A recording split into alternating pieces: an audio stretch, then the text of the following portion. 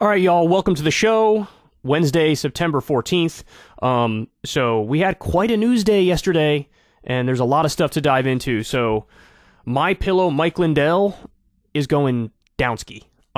He was raided by the FBI. We're going to talk about that. Also, we have some new updates on what Steve Bannon, Sloppy Steve, said the other day when he said about 35 top Trump officials were also raided by the FBI. Is that true? Is it not true? What are the details? Well, we have some of them to talk about. And then Trump made a really suspicious little trip to D.C. that he did not publicize. And there was some, some hidden in the bushes type pictures taken that we'll talk about. I'll give you my theory as to why he's there. And then also, there is new evidence that he potentially is hiding even more classified documents. So really, really crazy stuff. And then, of course, some of the biggest news of the day is Lindsey Graham's 15-week abortion ban that he proposed in the Senate. The little rumor floating around Washington, D.C. is that other Republican politicians are face palming and saying, oh my God, you're so stupid. Why would you do this? You're putting us in a really difficult position. This is not a good time for this. So that's really interesting as well. I checked out last night. I watched an amazing documentary. I couldn't sleep, and I was recommended a PBS Frontline documentary, and I watched it, and it was phenomenal. I have to recommend it to all you.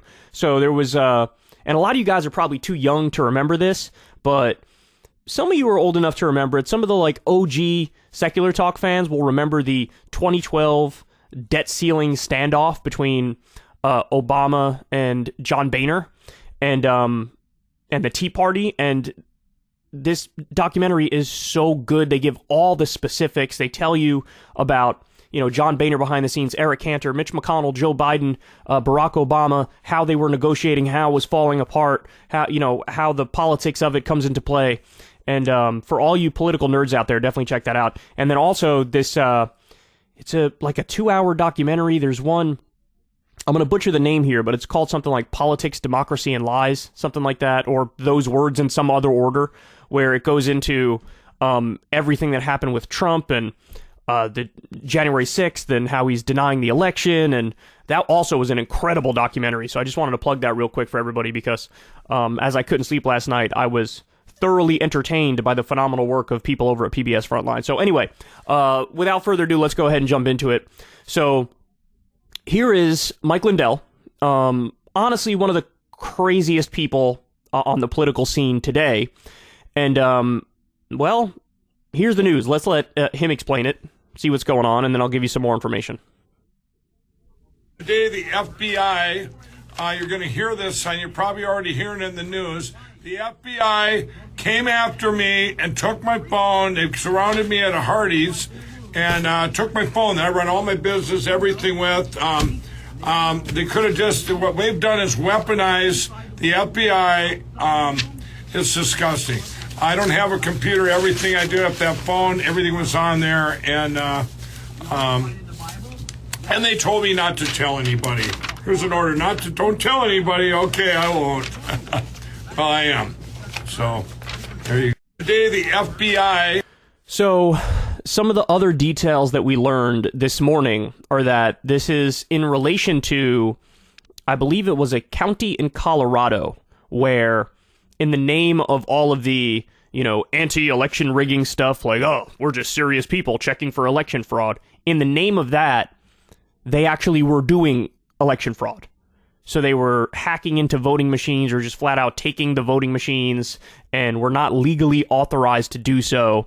And look, it's interesting, right? Because it shows you the dynamic of what's going on with these people, where they always scream from the top of their lungs that, the other side is doing election fraud and they're rigging it and this isn't fair. But then when you dive into specifics, in the name of combating election fraud, they oftentimes end up doing something like election fraud or interference or whatever label you want to throw on it. And, of course, unsurprisingly, they're kind of sloppy with it, and he's kind of insane.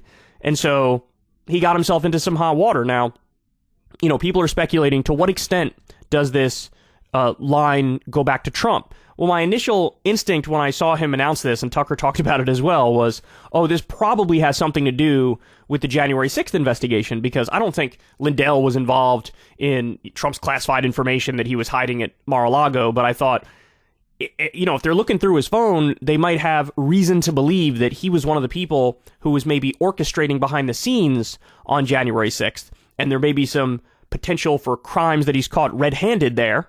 But again, now we're learning this morning it probably is more in relation to what they did in terms of election interference after the election, because he's been stuck on these conspiracies for so goddamn long, and he is like one of the chief election conspiracy theorists, where the most extreme interpretation of events is one that he has pushed for at one time or another.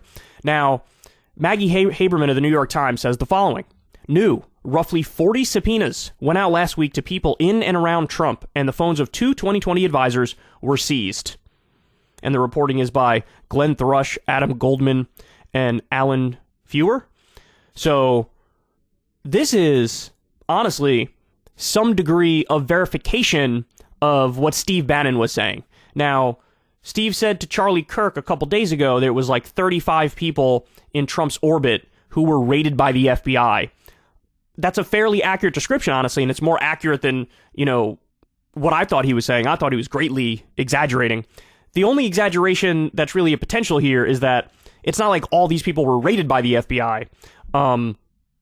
Perhaps some of them, I guess it depends on your definition of the word raid, right? Like, was Mike Lindell, is it a raid that Mike Lindell had his phone taken from him? Well, yes and no, because you don't want anybody taking your phone, but also it's not like they went through the rest of his stuff. It's not like they, tore up his whole house looking for other information and evidence, but who knows, perhaps maybe they will get around to doing that. But look, what this tells me is this is serious, right? Like, they would not be going this far unless they really had a good case to make, good information, good evidence of crimes and wrongdoing by a lot of people in Trump's orbit. And the most important point is they are probably looking to get some of these people to flip on Trump. And if you got 40 people in the scope of your investigation, again, all you need is like one or two of them to say, all right, you know what? I want to protect my own ass and I'm going to spill the beans here. And think about it like the way mafia families work.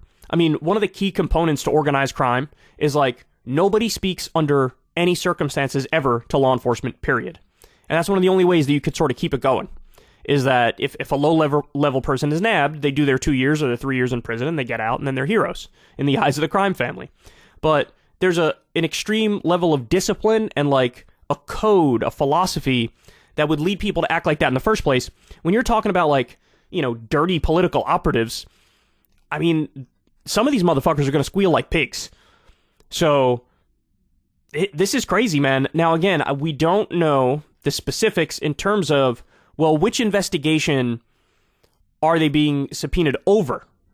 Because, of course, the first one that pops to mind is probably January 6th, right? But some of this might have to do with, the case in Georgia where Trump was caught saying, find me 11,000 votes.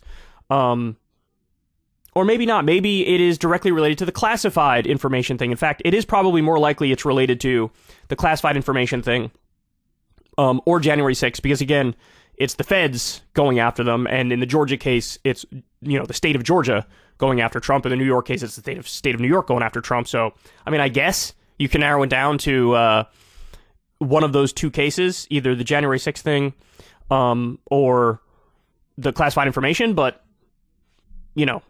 we'll see. But this is getting really, really interesting. Now, Mike Lindell, of all people, I want to show you what this guy's been up to. We've talked about him before on the show.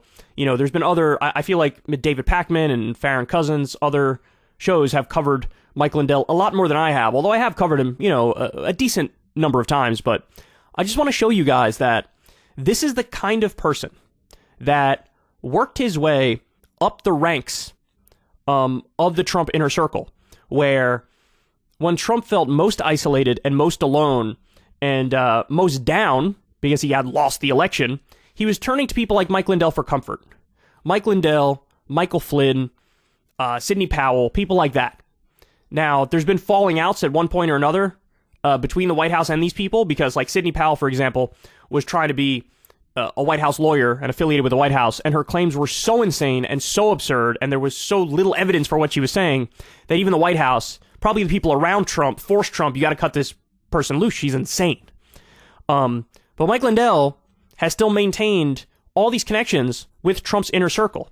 And this is the kind of guy that we're talking about here. This is a CNN report from August 6th, 2021.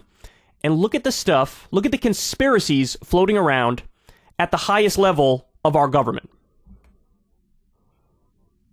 At CNN, a preview, 6 different screenshots. You sent us this on Friday. Yeah. What is this? That's just one piece of 1.2 billion lines of data from the election. Okay. Within that will be timestamps of when it happened. There'll be flips in there. So we sent this to our own experts. Mm-hmm. He said that it doesn't show any specific actions of any kind, election related or not. And it's proof of nothing. Okay, so he said that's nothing, huh? Well, he's wrong. Then you didn't hire a cyber expert. We didn't consult just one cyber expert. We consulted 9 top election security experts who told us Lindell's screenshots were extremely rudimentary metadata and completely ridiculous. We also reached all 15 officials from the 15 counties where Lindell says, without any proof, votes were hacked and switched. Lindell mentions some of the counties in his videos and lists them out in his counter lawsuit against Dominion Voting. They are counties that use paper ballots counted by systems. Now, Dominion sued a number of people, including various right-wing media outlets. Smartmatic, I think, did as well. And these lawsuits are proceeding, so judges have ruled that there's merit to it. Because they were saying that, like, Maduro and Venezuela hacked into our voting machines and flipped votes for Biden. And this, obviously this is going to hurt the reputation of these companies. And they're like, we're going to lose future business because of these, this libel, this slander. And courts, at least to this point, are like, yeah, this is sort of like textbook defamation type stuff, so it can proceed. This is how absurd the conspiracy theories got.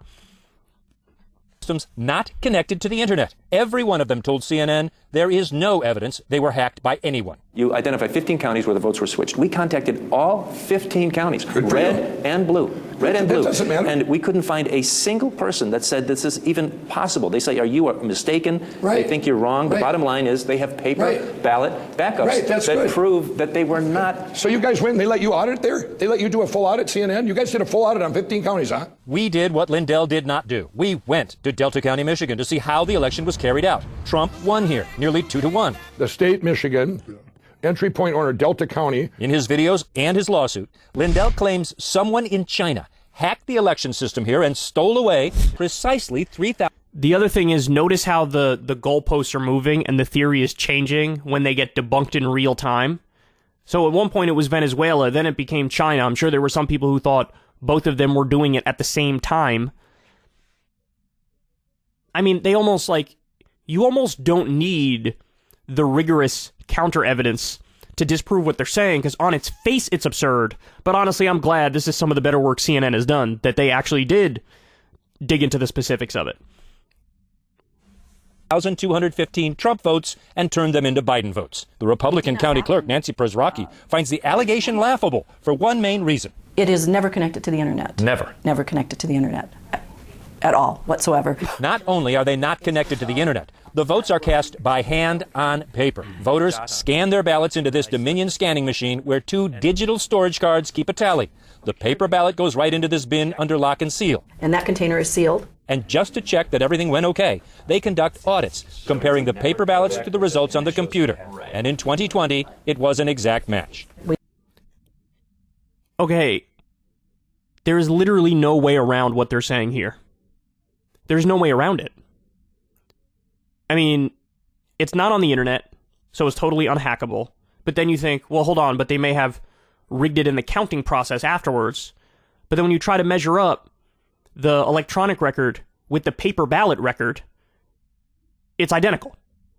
So, you would think that if you're going to come up with an election conspiracy that you're lying about, right? You would think that perhaps you would pick a county that doesn't have, hardcore, not just evidence, proof that you're not correct. Because it's not like every place in the country has paper ballots to measure up against the electronic data. Why wouldn't you pick a different county? So it's so sloppy. It is the sloppiest thing I've ever seen in my life. Jesus Christ, man, this is crazy. And the other thing is, look, those 60-plus court cases where Trump lost almost every single one of them, his team lost almost every single one of them, how is that not enough for these people when a lot of those judges were Republican judges, and a lot of those judges were literally Trump-appointed judges? If there was any there, you would have had a lot of those cases cut in the direction of Trump and his legal team, and they just didn't. So what are these guys basing it off of? Look, the fact of the matter is, a guy like Mike Lindell, and many people close to him, they are true, hardcore conspiracy theorists, QAnon types, who believe in, like, some of the most insane things you've ever heard in your life, and Christian nationalists. And, I mean, I don't want to be a dick here, but if you're somebody whose political philosophy has crossed into the realm of Christian nationalism, I don't really trust your ability to do rational analysis and be logical and look at evidence and data and reason your way to a conclusion. In fact, I think quite the opposite. You really are, one of those people who goes totally on feels over facts. We audited 3 different precincts and they matched exactly. So what would you say to somebody who made a documentary that, among many counties, accused your county of being the victim of a Chinese hack that changed the vote counts? I would say that didn't happen in Delta County. A Republican-led Michigan State Senate investigation found out it didn't happen anywhere. No evidence of why. Republican-led Michigan State investigation. No evidence of widespread or systematic voter fraud. Widespread or systematic fraud. I don't think you really understand how votes are cast, collected, and tabulated in this country. Okay, you know what?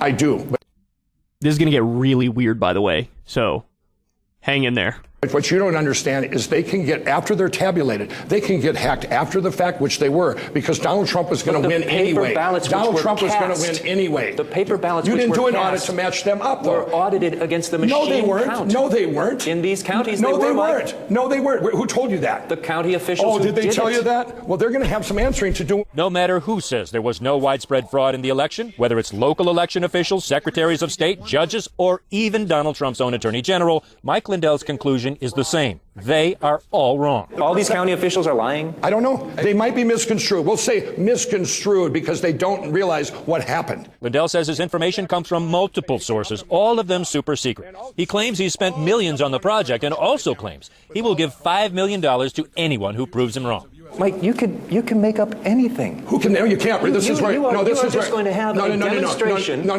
This is where you're wrong. We're giving it to we're giving it to the cyber people that show up. We're going to give them each state. Here's a state, Georgia. They can take it apart. You could possibly be the victim of a scam here. Well, then why don't you come to the symposium and make $5 million? Are you worried about me? We should give a hug. You're worried about Mike? Oh, God bless you. Here's what we're worried about. Bro, what is going on here? We're worried that what you are doing is mistakenly or deliberately destroying the confidence in the legitimate elected president of the United States and fostering what could be real damage to this country. I never said anything bad about Biden or the Democrats, ever. Yeah, sure. I mean, look, this dude, I'm not trying to be an asshole here. I'm genuinely not. But he's open about the fact he was formerly a crack addict. He clearly still has addiction issues and underlying personality issues. And I think he's replaced one addiction, a drug addiction, with another addiction to these sorts of conspiracy theories. Now, by the way, I'm open to the conversation. Do you think he really believes what he's saying, or is he lying? It's very possible he believes what he's saying. But this is also a guy who literally thinks Trump is there because of God. God is fulfilling some grand master plan by making Donald Trump president. The guy is a Christian nationalist. I mean, this is a guy who started a social media platform, and his whole marketing campaign was, our platform is all about free speech. You can say whatever you want over there. We don't censor. Like, that was the whole appeal. That was his whole push. It was about that. And then when he announced it and was interviewed about it, he was like, and by the way, we don't allow any cursing. We don't allow anybody to take the Lord's name in vain. We don't allow any porn. We don't allow any... He had a whole list. He had a whole list of things that not only were censorious, it was more censorious than the social media platforms that these guys rip for being censorious. the guy, he's got issues, bro. He's got issues. And, look, in a sense, I kind of do feel bad for him because I find it hard to believe that this guy was part of some grand master plan. I think he's kind of an idiot and kind of unhinged and super impulsive. But, you could commit crimes being unhinged and a lunatic and impulsive, and if you commit those crimes, you're gonna do some time. And so, perhaps a lot of what was going on behind the scenes in terms of his own election interference was illegal. And if that's the case, he might go down. But look, I will tell you this. The chances of this guy flipping on Donald Trump, close to zero. I mean, maybe you give it 1%. Because again, he's a true Kool-Aid drinker when it comes to Trump. He thinks that guy is sent from God, which says a lot about his ability to reason. Hey y'all, do me a favor and like and subscribe. It helps out big time in the algorithm. Click the bell as well for notifications when videos drop. And watch that video on screen right now. You know you want to.